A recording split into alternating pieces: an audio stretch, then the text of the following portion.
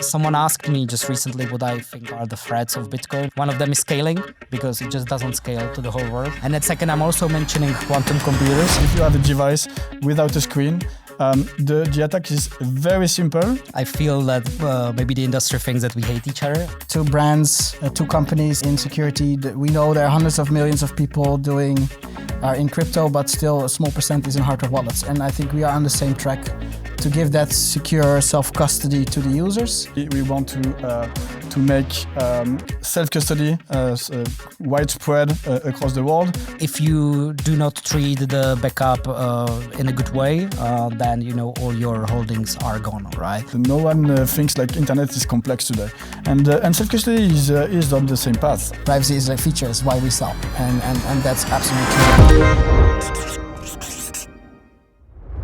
All right, so today is a very special day because we are deep diving into the world of hardware wallets with two of, I will say, the biggest minds in our industry. So joining me here in the Trezor studio is not one, but two CTOs, and two CTOs of the leading forces behind crypto security. So we have here in front of us, on the left, Tomáš, the Trezor CTO, and on the right, our colleague, competitive colleague, Charles Guillemot, the CTO of Ledger. So I want to thank you very much for coming, Charles, and taking the invite to come to us. It's very, I think, rare and unique in the industry that we can have two of the biggest brands, specifically in security, two CTOs sitting on the same couch and talking more about security and what's happening in our space. Yeah, definitely. Thank you for having me. I'm really happy to be here at the Satoshi Labs offices, and really happy to discuss with you, Tomáš. Awesome. Thank you so much. So I'm Danny Sanders. I am the Chief Commercial Officer for Trezor. I'm doing a side job today as podcast host, so I hope I will do it justice. I think also I just want to call out, it kind of exemplifies that I think we are on the same journey. Two brands, two companies in security. We know there are hundreds of millions of people are in crypto, but still a small percent is in hardware wallets. And I think we are on the same track to give that secure self-custody to the users. It's a big opportunity out there, but we are, I think, philosophically and on the same mission. So I think that also speaks for the two companies and for you guys sitting here together in the same room. So I hope I pronounced the name right, Charles Guillemot, or Guillemot, yes, you're right. I'll try to keep on doing that right. And so I wanted to kick off and get a bit of the background story of you both. So it's always interesting how you got there, because we are in crypto security, and I would argue, I think you probably both have maybe the biggest teams in these companies, as it's so much focused on technology. So these are big jobs in this industry. So I wanted to kind of ask you guys how you got there. What was your journey to become the CTO? We can start with you, Charles, and then we'll go over to Tomáš. Yes, sure. So yes, my background is cryptography and security. And I'm interested in this topic since I'm 12.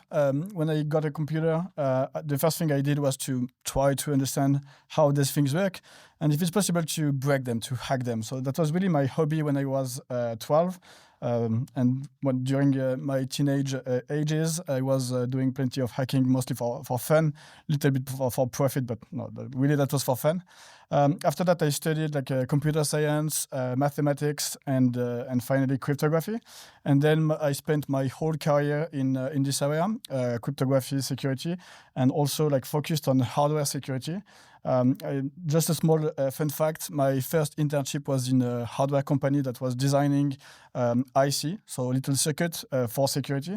And my first internship consisted in evaluating the security of one of the chip. And after a couple of weeks, I was able to extract the keys from the chip. And I was so happy to tell this to my internship director. And he was not that happy because I simply broke his work. So in retrospect, it's a fun story. And then they offered me to stay. I didn't know anything about hardware at the end, so that was a good opportunity for me to learn. So I stayed there for a few years, 5-6 years, something like this. And after that, I went into an ITSEF. ITSEF stands for Information Technology Security Evaluation Facility. I was heading the ITSEF, and the idea is really to do like a security evaluation for different type of devices, but also software. The market was mostly dominated by identity and banking application, and we were evaluating such devices or software in order to obtain certification. Like in the banking market or in identity market, smart card cannot hit the market without the certification. So I was heading this lab, really focused on like security evaluation, and my specialties were more cryptography, formal methodology, and this kind of thing. I also did a little bit of machine learning at this time. That was not that. Yeah, that was a long time ago. And I joined Ledger in 2017. But to be honest, I discovered Bitcoin in 2011. A friend of mine was mining with his own computer, and he was talking about Bitcoin like every day. So decided to have a look. And I studied like the cryptography, how it works, really the technology behind it. And I was really amazed by the object, but I didn't get the point. I was like, okay, this is amazing, but what's the use case? And there was no chance this thing to be adopted. So I was obviously wrong. And I discussed the topic again in 2017 when I joined Ledger with my friend. And I think this was the beginning for me of a real understanding of not only the technology, but the real use case for Bitcoin. So I joined in 2017. My first mission was to create the security department for Ledger. Ledger was a small company at this time. We were 45, something like this. Today we grew up to 700, so quite a journey. So created the security department, and I started with created the dungeon, which is our internal security research team. And their mission is really to try to improve the security of our product. And what they do is day to day try to break our product. And when they find vulnerabilities, they work with the engineering team in order to improve things. They are also doing some security research in the ecosystem and trying to raise the bar for security like across the whole ecosystem. And I think this is something important for the whole ecosystem, creating this trust and everything. I became CTO in 2019, and since then I'm in charge of everything related to the technology and the different product that we are building. So this is me in a nutshell. Awesome. So already very early interested in hacking these security things, and yeah, awesome to hear. Tomáš? Yeah, so unsurprisingly, the background is very similar, right? Also from my younger times, from my youth, I was always interested in computers. It's something I was playing around from a very early age as well. You know, learning some programming or whatever. It was fun times back then. I've basically, when I got slightly older, I started to be fascinated by security, like computer security, which basically led me to cryptography, which led me to Bitcoin. So it's like a similar story, I would say. And I don't remember what year it was, but it was very fascinating to me that like using something so simple as a source code, just like a programming code, and something fascinating as a cryptography, you can actually make money, right? And as I exactly know what you were describing, because my first feeling was like what? What? Digital money? Like it didn't make any sense, right? Back I don't know, 10 or 12 years ago. And so I started to dive some more deep into it. And I basically found Bitcoin, and I was really fascinated by that from mainly the technological side of things. But then I've learned, also all the economics part, or philosophical even parts of that Bitcoin, because Bitcoin is a mission. And it's always fascinating to me to see that people, well, we come from the technological side of things, obviously, but many people in both companies, I would say, come from different angles, right? You have the people that come from because of the economics. You have people that come because of for example, the philosophical side of things. So it's pretty interesting to me. Anyway, so I also studied like a computer security / cryptography here in Prague. Also did some time studying in Bochum in Germany, which is kind of famous for the security side of things there, which was really awesome. I've learned really a lot there. And after the uni, I went to Cloudflare, where I spent just some short time in the crypto team. Back in the days, crypto meant cryptography, as Charles definitely knows, and then it kind of got kidnapped into the cryptocurrencies world, which is totally fine. So yeah, I was working there on TLS and not really cryptocurrency stuff. It was more really like a cryptographic background. And after that, I knew that I want to do something in this area. And I wanted to do cryptography, I wanted to do security, and that's basically how I found Trezor. And at the same time, I knew that I want to work in some smaller company. I didn't want to go to some huge company, do consulting or whatever. I wanted to do in some smaller company, and Trezor at that time was 20 people, I would say, so like similar numbers. And that was how I started here. It was eight years ago almost. So it was 2017 as well, if my math is correct. And and the same story. It's kind of fascinating to see how we grow. Also, the industry changed a lot. We now have ETFs, not talking about so many altcoins that we have now, right? It didn't exist that much back then, although there was Ethereum already. But, the whole altcoin craziness began, I think, in that years. So it was kind of fascinating, to see the company grow. And I started as a firmware developer with some security/cryptography background. And then I went to the managerial way, where I ended up as CTO, replacing our co-founder Stig 3.5 years ago or something like that. And since then, I'm leading the engineering teams. Awesome. So thanks, guys, for the backstory. Now we have a better perspective of who you guys are, but there's some similarities there. And yeah, of course, like maybe people were looking at this, these are two rivals, but I would like to force you guys first to say something nice about each other. So is there something that you would say, if you look at each other, like you admire, or you can like appreciate some of the approaches or whatever there is in each other's companies, that you guys feel like, okay, this is something nice what they did? Who wants to start? I can start. So yes, quite often, like the media try to antagonize Ledger and Trezor, but at the end, I think we are on the same boat. Like the mission is very similar. We want to make self-custody widespread across the world, and self-custody comes with security, and the mission is very similar. And this is really something I want to highlight there. There are differences between Trezor and Ledger. There was no debate on that. But let's start with saying that the mission is quite similar. And one of the things I really like with Trezor is the alignment with values. Like I feel that the values of Trezor are the same from the beginning.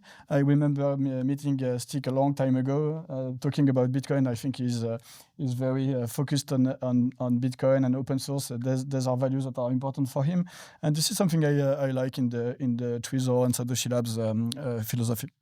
Like we say, we're stubbornly open source, so that's definitely in our DNA. Tomáš? Yeah, thanks for that. I also wanted to say from what you were saying at the beginning that I feel that maybe the industry thinks that we hate each other. I think the truth is that we sometimes hate each other on Twitter, because Twitter is full of hate, right? It's like the platform number, or X, apologies. It's the platform one for, being smart and hate each other. But, in person, obviously, I think it's way less tense.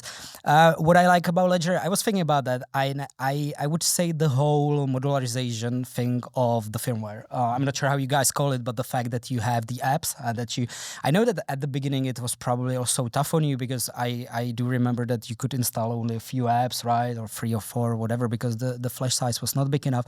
But in general, I think that was a very good call, because it allowed you basically, to scale the amount of whatever you want to support, and you can outsource some of those, because our firmware is still monolithic. It's basically one big piece, which does have some advantages, but it also has some disadvantages, right? So it's kind of interesting to see that you took a different route, and I think it's something that helped you a lot in the years. So that's something that I'm kind of that I think is very interesting to see. So yeah, kudos for that. Thank you. All right. So thanks for being nice to each other, guys. So now the fight begins. Now or you is can that- just what do you hate of it? No, we'll try not to do that. So yeah, I think you both talked a bit about the rabbit holes. I think you both went through it. As everybody is like, what the hell is this thing? Ignore it a few times, and then you come back like, okay, actually this makes sense. But like from your because you have the deep technical understanding, like, is there something like that the community, how they think about it, that you see coming back and where you're kind of like sometimes, oh, guys, you need to understand this better. We are trying to educate. I think both of us were trying to educate. That's always one of the big missions, is like education around self-custody. And it is complex, and it does put a lot of, I would say, weight on the actual person and responsibility. But are there some things where you think, okay, as a community, I think that's really key to understand better? So yeah, as you said, there is some education to be made, but I wouldn't say it's complex, especially like after all these years, we like collectively, like in the space, like improve the user experience, and now it's not that complex to do self custody.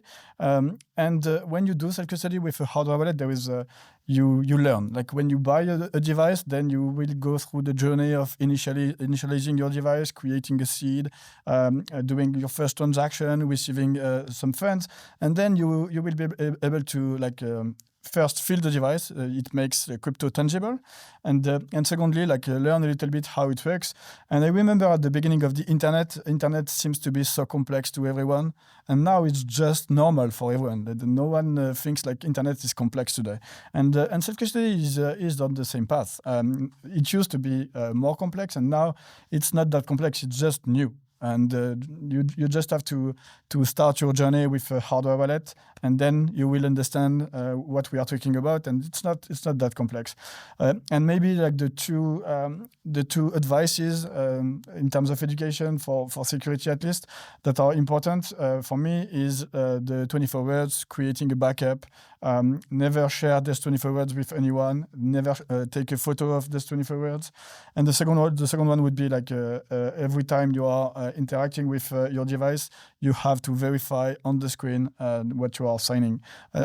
For me, those are the two advices that I would give. And again, like buy hardware wallet, try to play with it, and then you will learn a lot, and it's very easy. There is no reason to fear. Just to follow up on that, because I think it's interesting. I think you're absolutely right. We've done a lot to make it easier and better. But like I guess the comparable is Web 2, right? Where you have just simply your account, and then everything is backed up, and you don't have to worry so much about that. So how do you feel like we're going like against like the ease of use of let's say Web 2? Do you feel like we're getting close to that, or there's a path to that, or it still have some time to go? Yeah, I think we're getting very close to that. There are a few things that needs to be improved still. I'm thinking about there's 24 words. We have improved a lot the different option to create the backup and so on, but I don't think we should abstract them, because some people want to hide them away. But I think it's not a good idea. Like people need to understand what are these 24 words, and they need to back up them. I think it's important for interoperability, and you don't really own your crypto if you don't understand what are these 24 words. So this part I wouldn't remove it. Everything that we can do to make the experience like smoother is good, and we are trying to innovate in this area. And the second one is when you are interacting with your device. Quite often you have like hexadecimal string, like addresses and this kind of thing. And this is the tiny type of details where we still need to improve the user experience. But you're talking about like creating an account. Create an account on Revolut. It will take ages. It's you have to KYC. Yeah, you have to KYC and so on. When you have like a hardware wallet, ultimately your account is just your public key. You connect your device, and then you're connected to your wallet, and that's it. You don't have to go through like complex stuff and so on. So I don't feel like so I think we can go even closer to Web 2, but again, if you compare like an onboarding of a hardware wallet with an onboarding and Revolut, like it's far simpler on a hardware wallet. Some friction is really gone away. Tomáš? Yeah, I mean, like I agree with everything that has been said. I also think that like one of the biggest hurdles is to like, to spread the word that there is such thing as a self-custody, right? Because like sometimes, because we're in the industry for so long, I think we tend to forget that, there are people that don't know what the self-custody is, right? Or what hardware wallets are. And especially now with the ETFs, I think it's way more and more common because, people tend to open Revolut and you can buy Bitcoin. Well, I think they are also, selling crypto as it is, but now if you open a Robinhood or whatever, you're buying ETFs, right? And I'm always wondering how educated the people are that they are not buying Bitcoin, they're just buying the promise of Bitcoin, right? And so that's, I think, what we need to push more to educate the people, because like, I mean, honestly, if there can be like it's possible that there are people that like they decide, hey, I want to have just the ETF. I mean, it can be their conscious decision that they decide on. I don't want to care. I don't want to take care of this. I don't want to go to self-custody. You guys take care of it. And I mean, in that, it's fine by me, but I think the problem is that 90% of the people don't actually know this, right? I mean, they just buy it because it's the first thing that they saw. And they think they buy Bitcoin. And they find, exactly. So there is like this misconception of what they are actually buying versus what they're actually going to get. And I think that's exactly what we should push for, to educate the people that, what it actually means to have to buy Bitcoin in ETF, or what it means if some exchange or bank or whatever is actually holding it, right?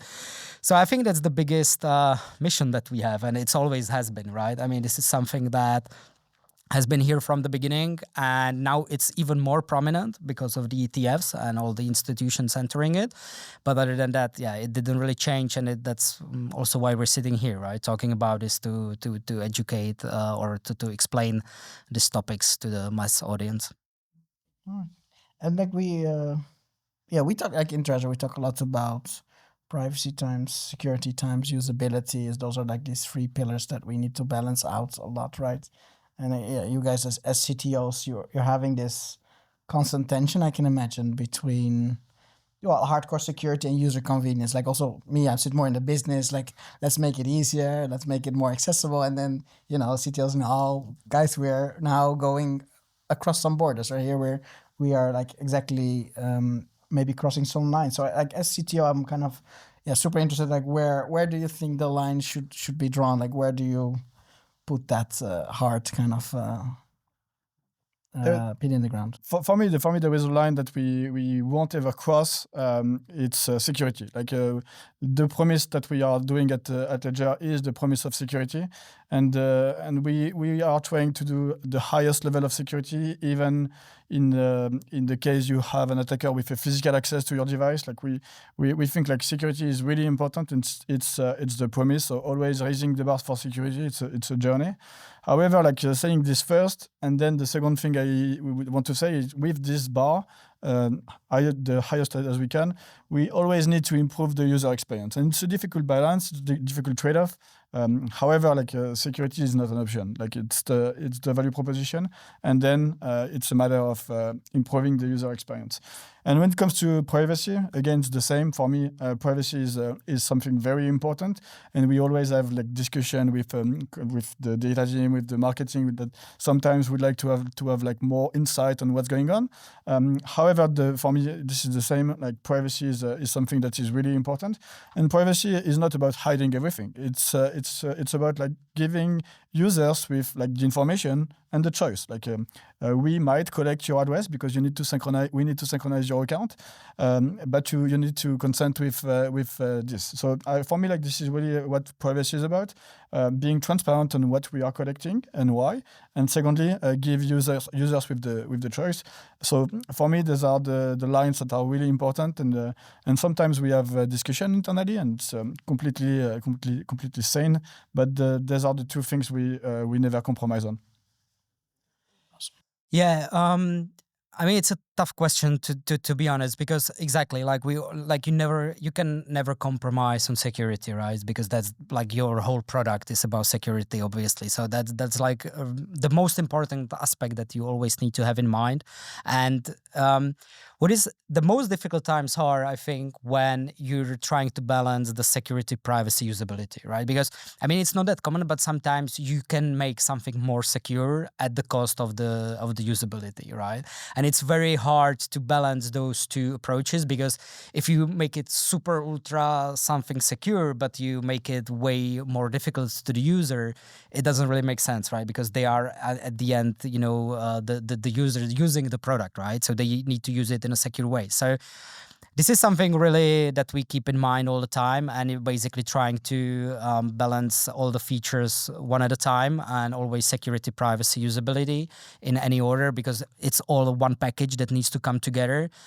And as we were talking in the morning, I think we as an industry did a lot of good stuff with regards to the usability itself. Like, it's way less geeky than it was in 2015 or whatever.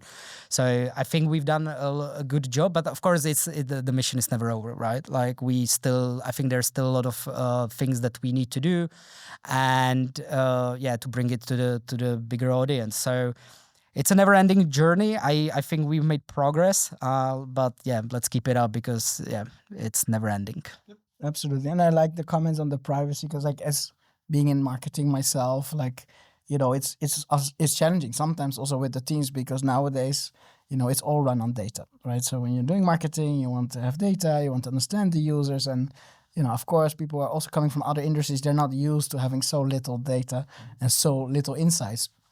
But then you see all the leaks and all the data that gets, poured out of these big, companies in technology. And then it reminds, I think, everybody also, again, specifically with what we offer, the huge importance of, of the value that the people are storing, how critical it is. And every time, it's very important to remind them this is like actually a core feature. And this is why also we sell our product. So even though we might not have the right data, because we're very strict against, we don't want to collect all these things. That's a key feature, or privacy is a feature. Tomáš says this always to me as well. Privacy is a feature. It's why we sell, and that's absolutely true. And it's a tension, but it's really the right one for this industry. Then I kind of wanted to dig in a bit deeper on like the security challenges you guys face, because we talked a bit about how you see the space, and like I think. Maybe their security is never 100% secure. I think I can say that. It's really hard to say that. There's always some risk. There's always some attack vectors. There's a lot of new stuff coming into the industry as well. So, like, what are kind of the most persistent challenges you guys are facing? And like, how do you approach that? Do you see some differences in the approaches, perhaps, how you do it? Who wants to start? I can. So yeah, it's on me from time to time. I'm just thinking about that. I've been talking about usability a lot, and I'm gonna go back to usability because, so we've been talking about the backup a lot because, as probably the audience knows as well, when you're initializing Trezor or Ledger, you usually receive a set of English words that serves as the ultimate backup, right? And if you do not treat the backup in a good way, then all your holdings are gone, right?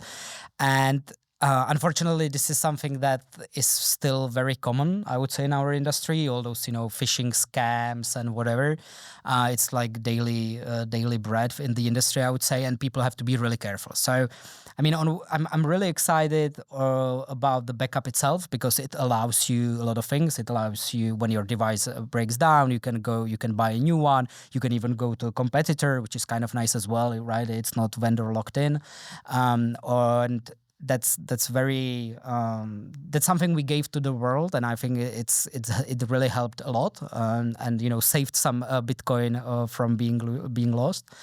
But that being said, there's also the other side of things, is that you need to take care of it, right? You need to secure it. You need to be sure how you actually work with it. And that's what kind of breaks my heart from time to time when I see people on our support channel or wherever that, they're describing how they lost the backup. And I think that's also something we simply need to educate better on, to really understand that not your keys, not your coins, but at the same time, not your backup, not your coins or whatever, right? Like if you don't treat the backup securely enough, then it's all gone, because as we were talking in the morning, there is no revertibility of Bitcoin, right? When it's gone, it's gone. So yeah, it also takes some responsibility on the people, and that's what self-custody is about. And yeah, I would like to push this even further to really stop losing, to stop people losing money on some stupid scams, because it's making me angry. So yeah, I still think that's the challenge number one. Yep. So yes, backup is really important. So that's why at Ledger we are offering like multiple options. Obviously, you have like your 24 hours that you can write down on the sheet of paper. We also are offering like crypto steel. We have created Ledger Recover, which was a great innovation for the field. It created some drama on Twitter, but it's a great feature. And we are still working on the new innovation in this field for giving like more options for users. Because the problem for backup is there is no one solution fits all. It depends really on how much money you have. It really depends on what your threat model. If you want to share your seed with your wife, if you want to have an inheritance process. It depends on plenty of different factors. So it's really up to the user to define what is the right setup for them. So backup, I agree, like something really important, and giving like more options is something important. And when it comes to the security, our approach at Ledger is the following. So I think when you are owning Bitcoin, what you ultimately own is a private key, a set of 24 words, and securing this private key is paramount. And for me, there are like three main properties that you need to fulfill. The first one is to generate your secret into a secure enclave, something which is very tamper-proof. The second one is to implement the cryptography within this enclave, so that the secret doesn't have to leave the enclave. And the third one is to have like a secure display where the user understands what he does with his private key. And the three properties are quite difficult to fulfill. If you are using a software wallet, you don't have any of those. You don't have your secret are generated within software. The cryptography is in the software. And finally, you can't trust what is displayed on your screen, because you can have a malware on your computer. And what we are using at Ledger is a secure element, like the smart card technology chip, the one that we find in the banking and passport industry. I was mentioning that I worked in this area in a way before. And we are loading our own operating system inside this secure element. It's a very constrained environment where you have like very little resources, very little flash, very little RAM, and some like cryptography accelerator capability. So it's really designed for security, and it embeds plenty of security features, even in a context where an attacker has a physical access to the device. And everything is implemented within this secure element: generation of the seed, cryptography, the operating system that we were mentioning before is embedded inside the secure element, and is providing several security features. It's isolated from the secret. Also, it's isolated from the application, and the application are isolated one from the other. And this isolated is not only software, but also hardware. We are leveraging like hardware security features that are provided by the secure element. And when it comes to hardware attacks, there are also like in the hardware itself some detection for fault attacks. Also plenty of countermeasure to prevent like side channel attacks. I won't get into all these details, but the idea is to say that secure elements are really designed for security, even in a context where like an attacker has a physical access to the device. And secondly, we also want to provide like genuineness property, meaning that as a user, I want to have like strong guarantee that my device is genuine. And to do so, we have a strict supply chain security, meaning that the secure elements themselves are manufactured especially for Ledger. Meaning there is a Ledger key inside the secure element, and only Ledger can load its own secure operating system inside the secure element. And during the manufacturing process, we are creating an attestation inside the device so that the device can cryptographically prove that it's a genuine one. And when you are connecting your device to Ledger Live, then there will be the genuine check, and the genuine check is a cryptographic proof that it's a genuine device, and this is something that is very powerful. Just to say that security is something very wide. It comes for us like directly from the secure element. It's really like the core of our security strategy. But it also comes with the supply chain security for the hardware, but also for the software. Like we are able to upgrade our device, and this is important for security. Those who say that security is static and I implemented my software, it's secure forever, are simply lying, or they are bad at security. So upgradability is important, and so we have this upgradability capability with HSM. So we have like guarantees that the firmware that we are upgrading is a genuine one, and everything is encrypted through this secure channel. The user can verify all of this, and also the user. So that means the user has like a guarantee that his device is a genuine one. And finally, when we are releasing like new version of the firmware, like of the critical part of our software, we have like a different quorum inside Ledger that will verify the code and do a multi-signature to sign the firmware that will be verified inside the secure element. And now we even went further because as soon as we are like doing a security upgrade, an upgrade of the firmware, which can be like security related or features related, we are going through like a third-party security evaluation. The dungeon always like review the new version of the operating system, but also now we are going through like a third-party security evaluation that is analyzing this new version of the firmware, and that is emitting like a review and a security audit that is signed by them, and that you can find on our website. So again, like I could say plenty wide spectrum of but it's a wide spectrum, and always like security is a chain, and it's as strong or as weak as its weakest link. So you can say that you have like put all your effort on this and you're secure. You have to think about the whole chain, and the user is part of the chain. So that's why also like education is key.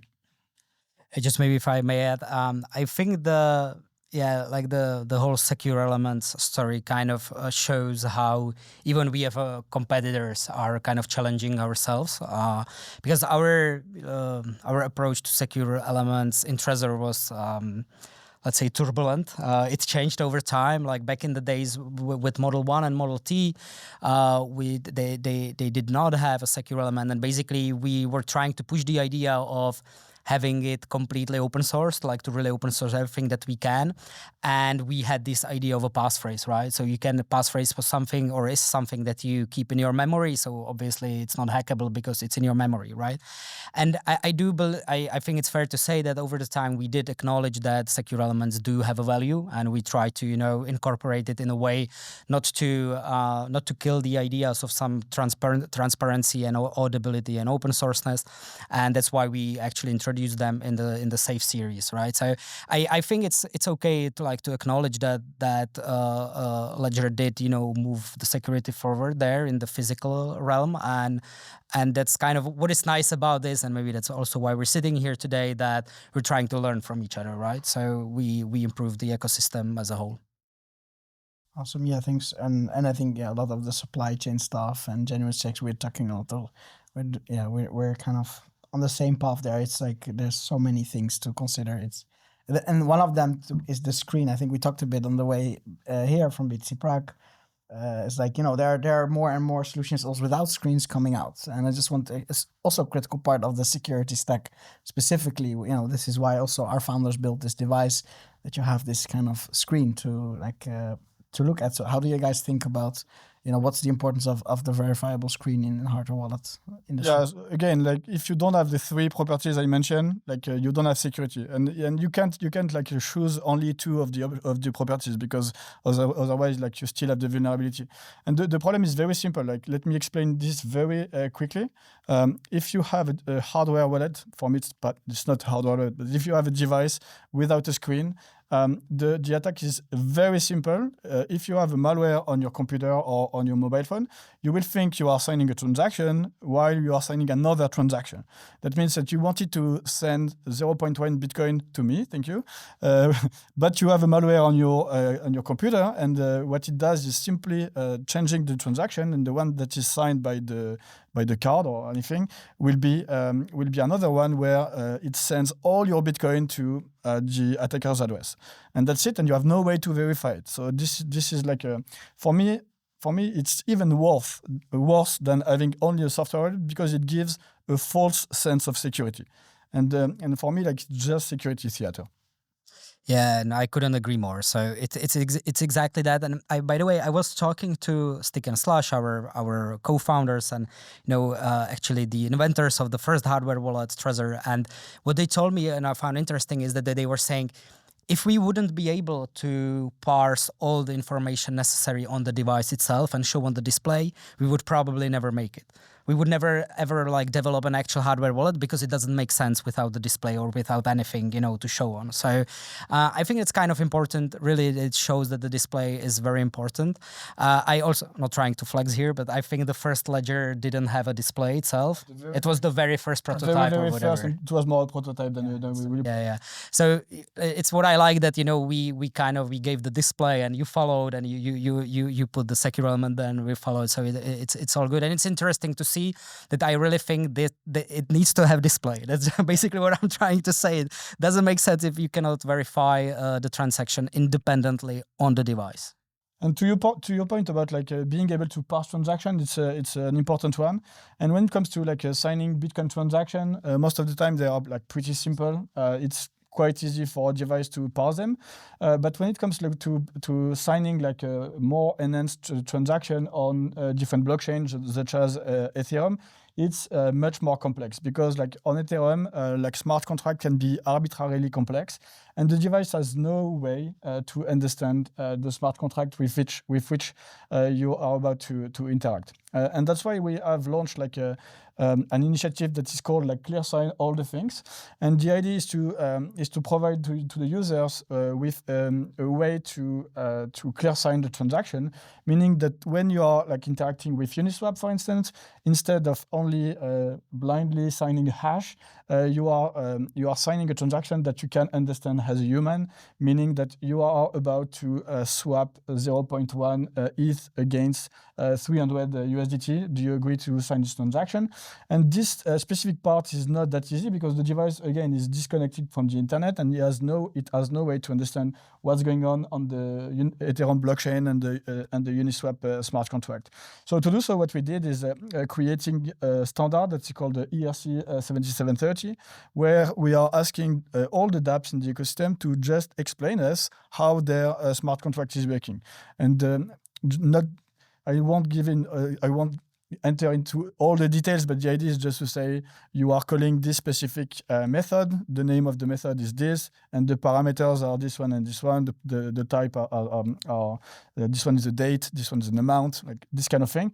Pretty simple for the dApp developer. And then we are creating a registry of this metadata file.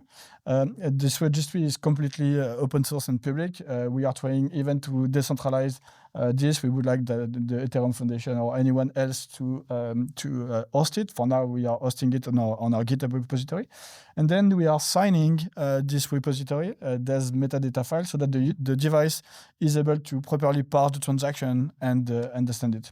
I don't know, I remember we discussed, the Ledger team discussed with the Trezor team to implement the standard. I don't know if you... it's on the way. Yeah, it's on the way. It's one of those things that we're basically collaborating on. So pretty happy about that. It's on the way. So I think this is very important, because again, it's great to have a display, as we've discussed 5 minutes ago, but if you don't display something that's human readable, then it's kind of useless, right? So I think that's definitely something that we are in this industry are improving as well, and happy to collaborate on that.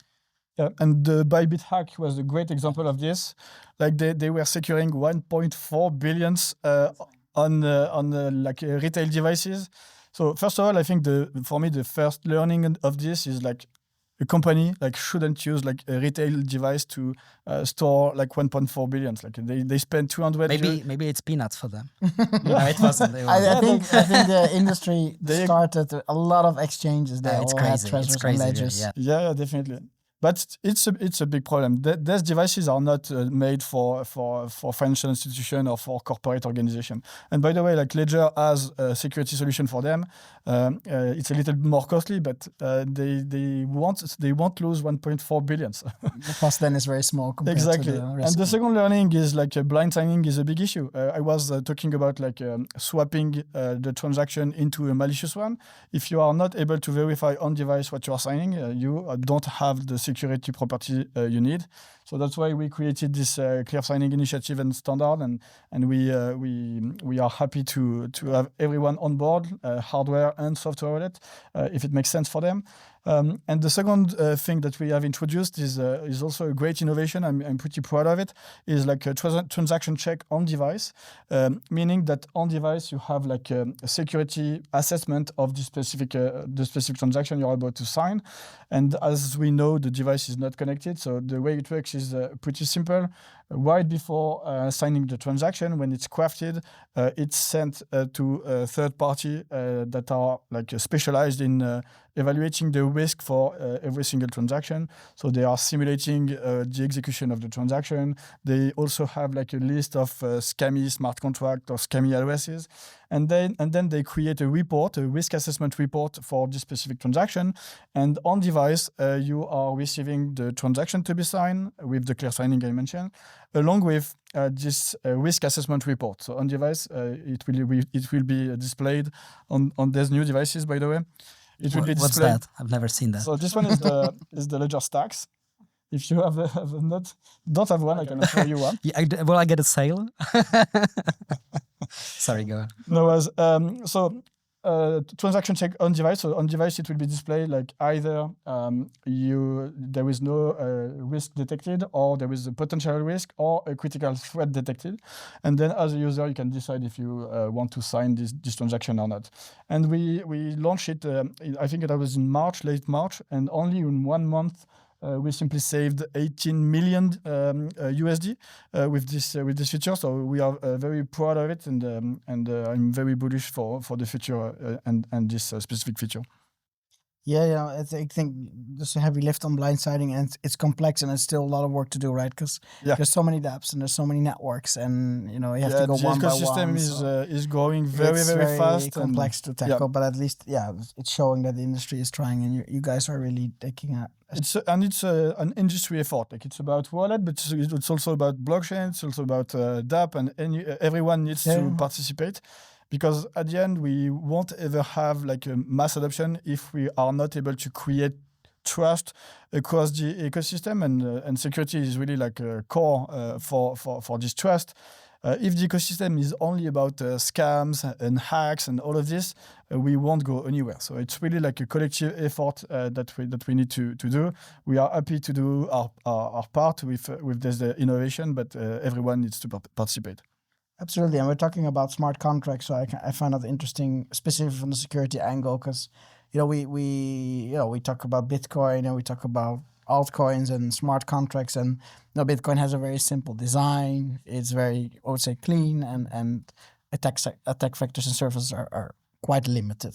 But when you go into the big world of smart contracts and these contracts, there are most of them are upgradable, and also integrate that into your Ledger Live software. It's like sometimes gives increased risks. So how do you guys think about that, these two different worlds, and the original promise of this uncensorable thing that nobody can take away, versus like a world where we're building on top of layers of smart contracts with more upgradability, more flexibility for people to, even, not like a scam, but actual like people who can change this code, who can do also bad stuff? Yep.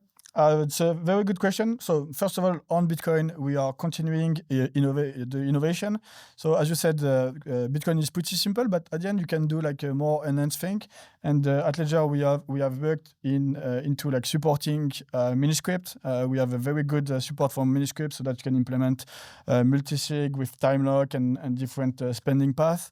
We also like recently released Music 2, which allows you to do like signature aggregation like off chain. So at the chain level, it seems to be like a single signature transaction.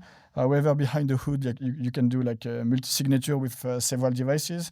So we are continuing innovating on Bitcoin, even if it seems more simple, and it is, I agree.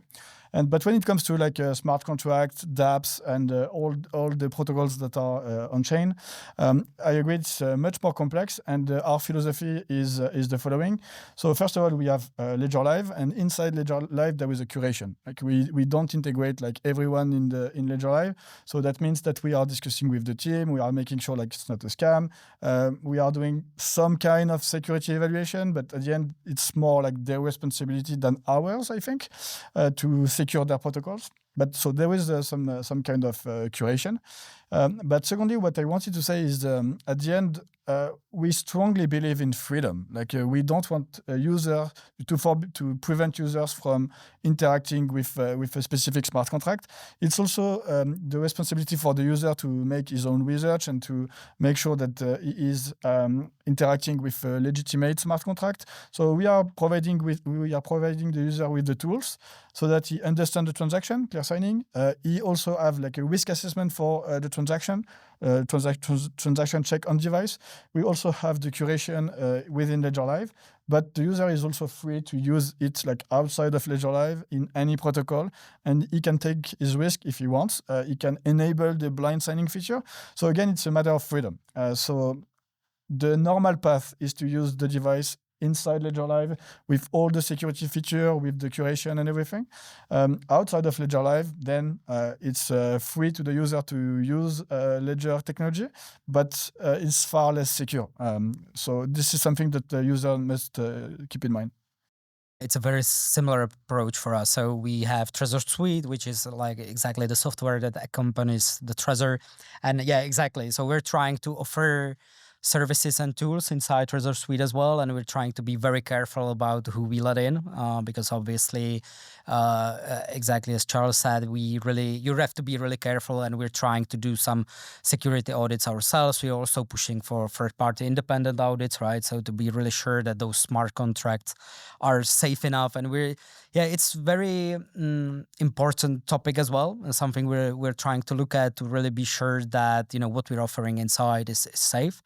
And I also agree that as is the saying, don't trust, verify, that applies to the whole crypto space as well, right? So we don't want to forbid the users to do what they wish, but it again should be like an educated thing that they're doing, right? So we are also trying to build this secure space, Trezor Suite, and so we're always trying to integrate only the most secure options there. But then if the user wishes to go elsewhere, and which is quite awesome about hardware wallets, that you're not blocked to our solutions, right? You can use other software, you can use websites through. So we have Trezor Connect. You have something similar, basically some library that you can go through, and you can connect it to other apps, and that's what's very interesting, I think, and gives freedom to the people. And yeah, like again, we talked about freedom to some extent, and I think that's what defined the companies as well. Yeah, I think like freedom is something very important for us at Ledger. And I want to take a simple example. So I mentioned transaction check. So when we detect like a critical threat on device, you still can like sign this transaction. So even if like we think it's very risky, you still can. Do this thing. Yeah. And unfortunately, there are a couple of cases where like users sign anyway like a transaction that was detected as a critical threat and lost some money. But I want to leave there this freedom. Like if they really want to do this risky thing, they can. Yeah, and exactly, and like let's be honest, who reads disclosures and all these kind of people are unfortunately just clicking through. That's just the reality. But it's our job to ensure that we do our best. Exactly. And we it goes know- to the usability again, right? Yeah. You need to explain it in a simple terms because exactly no one is reading more than one No, sentence. You I need do to be think very like people sometimes clear. get frustrated with like, oh, yes, let me Yeah, no, sign my thing. like one message and but off that you is go. what Yeah, it is, exactly. and there's a reason for. And if we don't do it, Yeah. it's also not good. And I think both our integrations with third-party wallets and apps, it's very extensive, and it's a lot of users who use that. And like it's very easy to say, hey, stay in our ecosystem, we take care of you, but that's not where our industry foundations are built on. So I think we both really live that ethos. So yeah, that's great stuff. I want to go back to you guys personally again a bit. It's like, how do you guys are like, busy, have big teams, as I said already. Like, how does your day look like? Are you still like coding, or maybe vibe coding now a bit on the side? Or like, are you leading the architecture, or are you just more like managing people and performance and strategy? Like, how do your days look like? You want to start? Yeah, I can. So, unfortunately, I'm not coding. I would like to come back to that at some point, but yeah, it's not realistic now in these number of people and the size of the company. So, yeah, I'm not doing that anymore. So yeah, it's mostly people. Because it's maybe it sounds a little bit of a cliche, but it always depends on the people that you have, right? Because those are the people that you rely on the most. So it's a lot of people management, and also, as you've mentioned, the strategy, because I think that's something that's very important to talk about in the company. So Nokia is always the example, right? That if you don't see what is on the horizon, it can go pretty ugly. So it's something we're dealing with as well very much. And I've moved a lot from the software side of things. I'm trying to focus more on hardware and security because as we're coming up with new products, and everything is being made in larger numbers, I think it needs more attention. So I'm focusing way more on that. And then, yeah, it always depends on the people, right? I mean, I really think that's what we need to take the care the most, because then, it's a big chunk of the work is on them, obviously, right? So, yeah, so it's mostly that. Yeah, on my side, like pretty similar. I don't code anymore, and I don't miss it, to be honest. Yeah, it's okay for me. When I want to code, I code the weekend, like for some stuff for fun.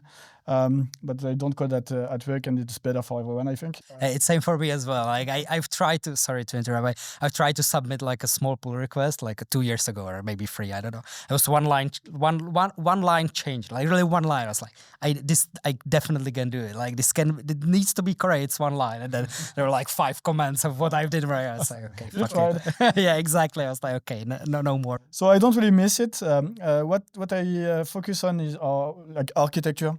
For me, like this is something that is interesting for me, and this is an area where I can like provide a lot of value, I think. So we have like a full architecture team, and I spend some time with them, like to make sure that we are thinking about the big picture.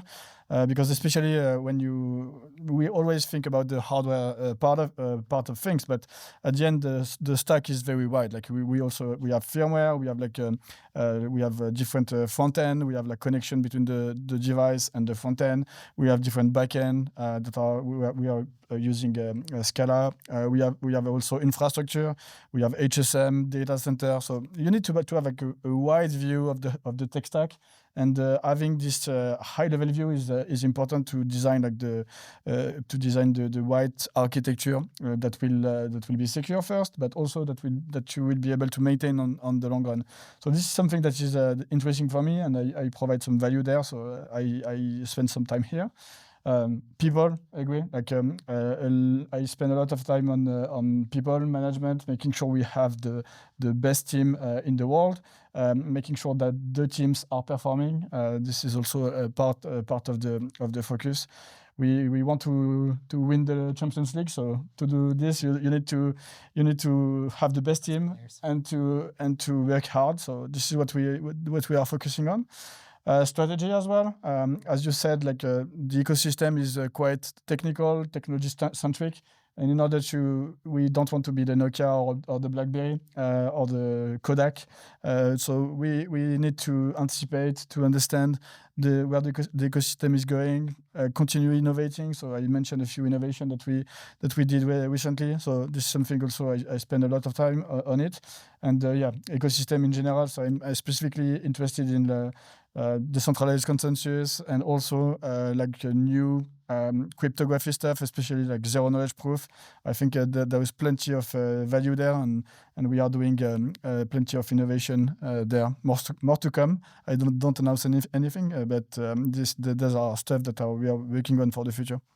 Yeah, so I want to add what was a good point about the strategy, and like while we are manufacturing devices like hardware devices, there's really a lot of surroundings on that, right? There's also Ledger Life and Trezor Suite, all the infrastructure. So there's really a lot of things, because I think for maybe sometimes for the people it might seem okay, so you're just doing devices and that's it, but there's really so much more that we're like actually looking after or taking care of, that the device itself is just some part of it, right? So it's way bigger than that. I think maybe people sometimes don't realize it, that it's somewhat unique that we are doing both hardware and software, and then it goes for both of the companies. I think like in my teams, in the technology teams in Ledger, I think like we have like 15 to 20% of people that are working on the device. Only. All the rest is working on the infrastructure, security, software. I think we see the same.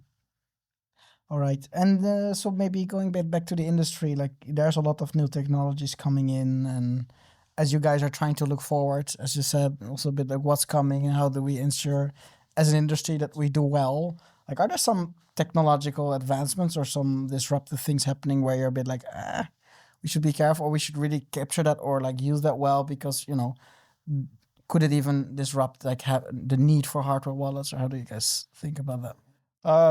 So very very good ones. So for me, there are like two main things that I'm looking closely. So the first one is like when you have like a mobile phone, like you have a very nice usability, and when you have a device like this, you have a very high level of security. And what you would like to have is both in the same device. So those are the type of things we are working on, like creating the security architecture that will enable to have like the security level of Ledger within a device like a smartphone or this kind of thing. So this is something that we are working on. We have worked on different patents around this area. So this is something that we are looking at closely. And the other thing I was mentioning is you have like plenty of interesting stuff on chain, and you can like implement complex logic on chain. I think like EOA will stay the standard for Bitcoin, but when it comes to like a smart contract based blockchain, we will see like more and more account abstraction based type of wallet, and it really changed the way you are using your hardware wallet. And if you don't think about it, people might think that it's secure to use like an account abstraction with their phone. So that's why we also need to continue innovating in this space, because like again, a mobile phone seems to be like more usability, like less friction, but it's also less security. So this is an area where we are looking at closely, making sure that we are playing we have the right offering to support the account abstraction based new use cases. And also, yes, I was mentioning like zero knowledge proof technology. For me, there is a lot of potential in this technology.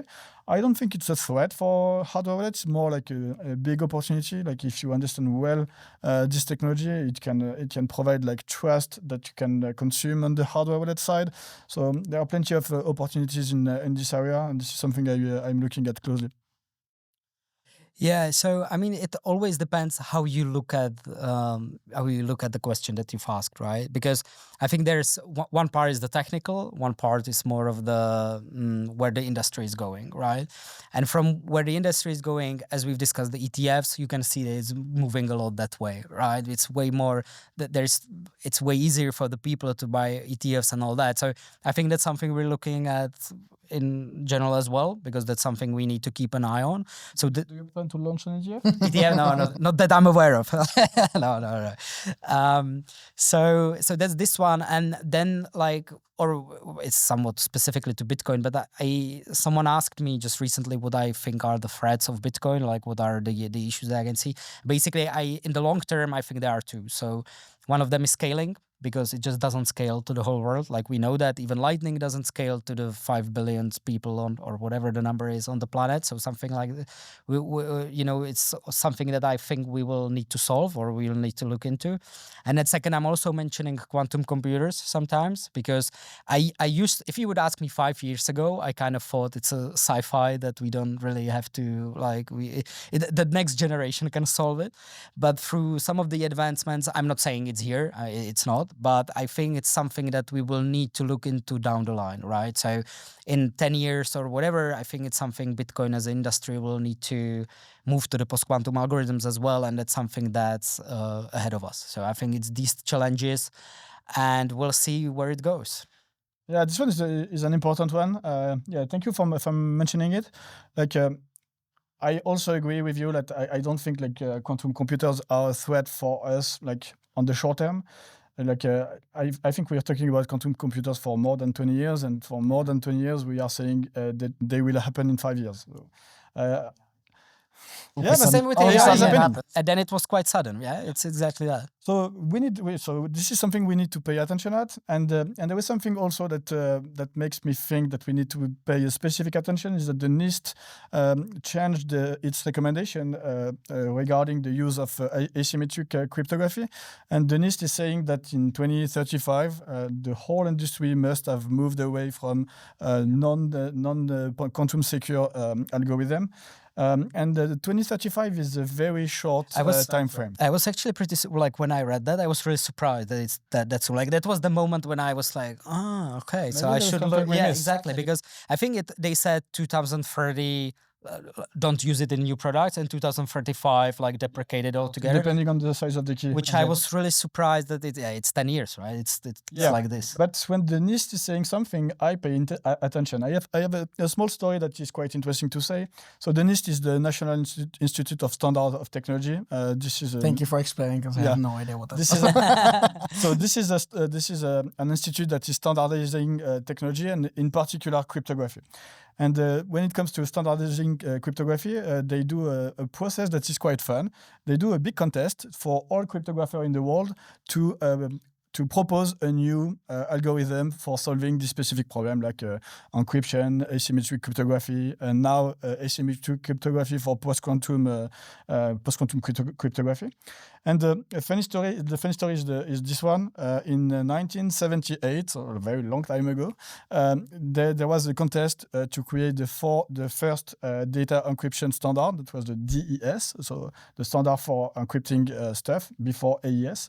And at the end of so there was a contest. So during the contest, every team is proposing its algorithm, and after this step, every team is trying to attack the other algorithm. And then there is the last step where you have only finalists, and then the NIST is choosing the standard.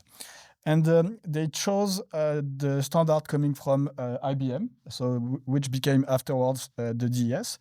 But right after releasing this standard, right before releasing the standard, they changed a little thing in the algorithm, which is the S-box. The S-box is some constant that you have in the algorithm, and they changed the proposal from IBM to the proposal from the NIST.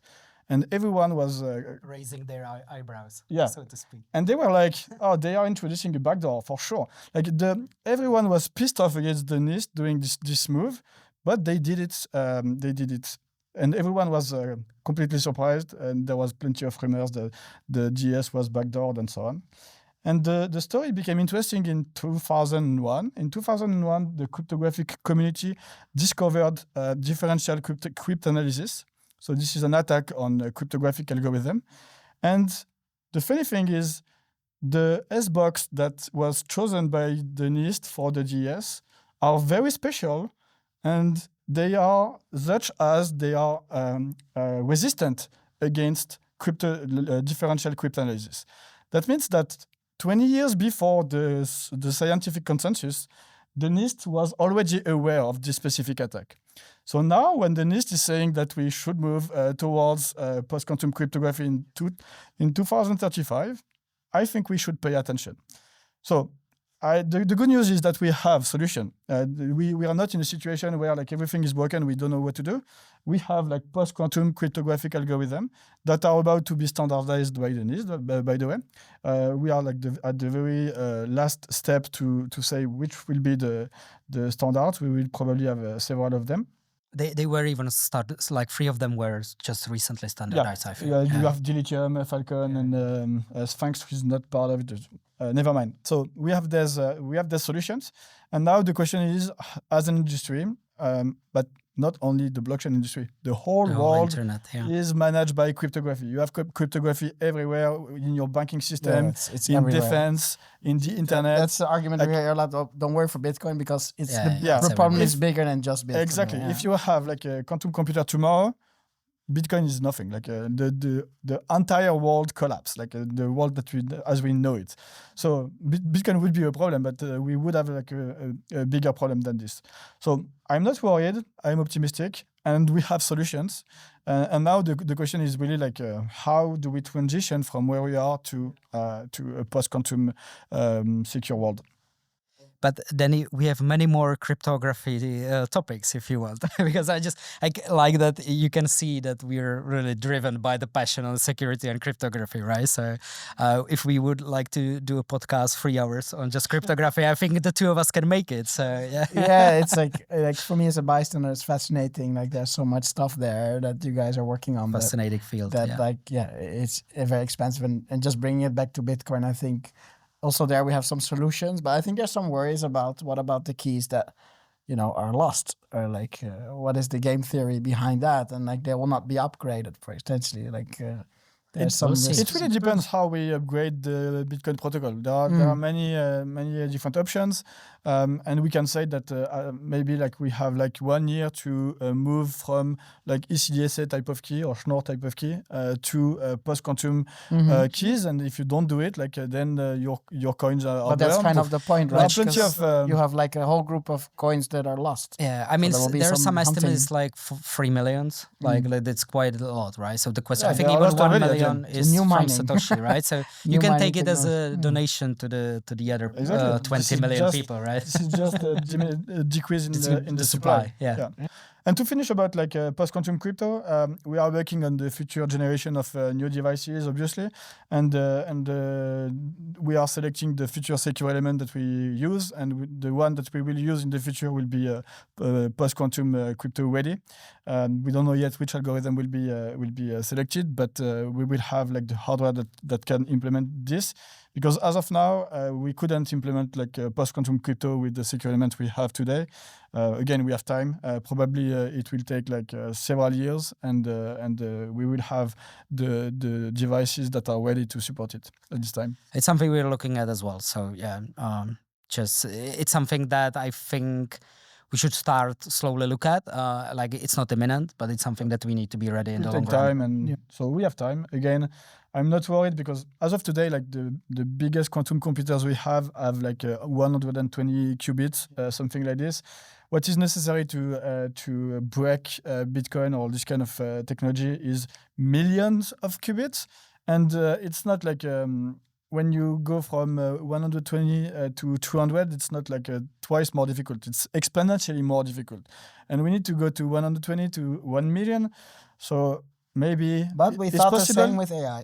Yeah. I mean, there can be some. You get on the exponential curve. There can be and some just like some innovation breakthrough. It's possible. It keeps going. Yeah. But for now, we are just like adding 1 qubit after 1 qubit, and it's still very slow. And it's possible that we won't ever see a quantum computer. It's possible. Maybe there are like some physical limits that we don't know yet. So there are like or AI will figure it out. Yeah, and start doing it. Yeah, maybe. Anyway, so we're almost close to the ending. Last question I have, as we are in a bit here at BTC Prague, and basically, Bitcoin is successful. It's doing what it's promised to do. It's like being adopted widely, and then at the same time we just saw the Genius Act being approved in the US for stablecoins, and like it's a very different mission. I kind of want to hear your guys' philosophical views on that. Like, is kind of, could it even undermine? We have like, you know, the uncensorable basically money that, you know, cannot be taken off, and then we're basically building fiat on blockchain rails. Like, do you think they're kind of there's some risk there? Do you think it's complementary? How do you think about that? So basically stable coins versus Bitcoin, Yes. right? I mean, so one side of me is yelling that stable coins are bad, that because I mean it's not Bitcoin, obviously, but on the other hand, I don't think it's all bad, because I think if the mass audience can actually learn about blockchain and learn about stable coins and, you know, actually pay with dollars just using their phone, maybe, you know, later on in their journey they will find out about Bitcoin, and maybe that's how they will end up in Bitcoin, right? And that's totally fine by me, because Bitcoin is a difficult topic to some. I mean, you know, there are concepts that are strange to newbies, and like the stable coins can be some kind of entry stage for the people that they first learn about it, learn how to use it, and then eventually end up in Bitcoin. Obviously, you know, it's a different beast, because it's a dollar after all. I mean, not talking about all the risks and, you know, all that stuff, but if I just look at that, it's still, you know, the inflation is still there, right? I mean, it's one USD dollar equals one USD stable coin, or at least it should. And so I think that's, you know, obviously why it doesn't compare to Bitcoin, because Bitcoin is completely different to that, and, you know, is the hedge against the fiat currencies, which stable coins obviously aren't. So from that side of things, you know, it's uncomparable to Bitcoin. But I think if someone starts the journey there, starts with their phones, maybe they will eventually get to Bitcoin, and it's fine by me then. Yeah, I think I agree. There is no reason to oppose Bitcoin to stablecoins. There are like different stuff that are fulfilling different missions. And by the way, if you ask Paolo and the Tether team, they created USDT to create more liquidity in order to increase the adoption of Bitcoin. So and it worked. So stablecoins were great for Bitcoin at the end. And also we can't deny reality. Okay, there was Bitcoin. It's a great value proposition. It's a big revolution. But now stablecoins exist, fiat exists, traditional finance exists, and now we are witnessing a shift in traditional finance, where they are like wrapping blockchain value, Bitcoin, Ethereum, Solana, into their financial instrument, in ETF, derivative, options. Like, this revolution is also ongoing. Maybe you don't want to see They're it different happen, revolutions, but and they do different reality is things. here. This is what we are witnessing. And the other side of things that is also interesting is traditional finance is realizing that you can use blockchain as a backend for their daily operation. It's much faster. It's transparent. It's composable. It's cheaper, and they are realizing this. And instead of spending billions or trillions into their IT, what they are going to do, what they are doing now, is moving their backend in blockchains. This is what we are seeing with payments, and this is why like stablecoins are so popular, because you are disrupting Swift or Visa like instantly. You have like a very cheap rail, instant settlement. You also have composability for free, almost for free. And traditional finance has realized this, and we are seeing like this big move towards using blockchain as a backend. And I'm not saying if it's good or not good, but this is the way, this is what I'm seeing, this is the reality. And they are leveraging blockchain technology for this, which is also great. Very different from Bitcoin, but it's a different project, I agree. But this is what is happening. And I think like payments is just the very first step. After that, we will see RWA. We are already seeing this, like meaning that you will be able to trade stock on-chain 24/7 with like instant settlement, with very cheap fees. You will be able to put your Tesla stock as a collateral on Aave or Morpho to do a loan. Like, all of this is becoming the reality, and this is happening now. This has nothing to do with Bitcoin. No, I I agree. think that's It's a different exactly. Sorry to realm, interrupt, yeah. but like that's exactly like. But this is a revolution that is ongoing. Yeah, we try to sometimes like merge them, but they are two different things, right? Where you Exactly. have like, it's more like we're talking about efficiency gains in the Exactly. broad, like kind of Nasdaq style.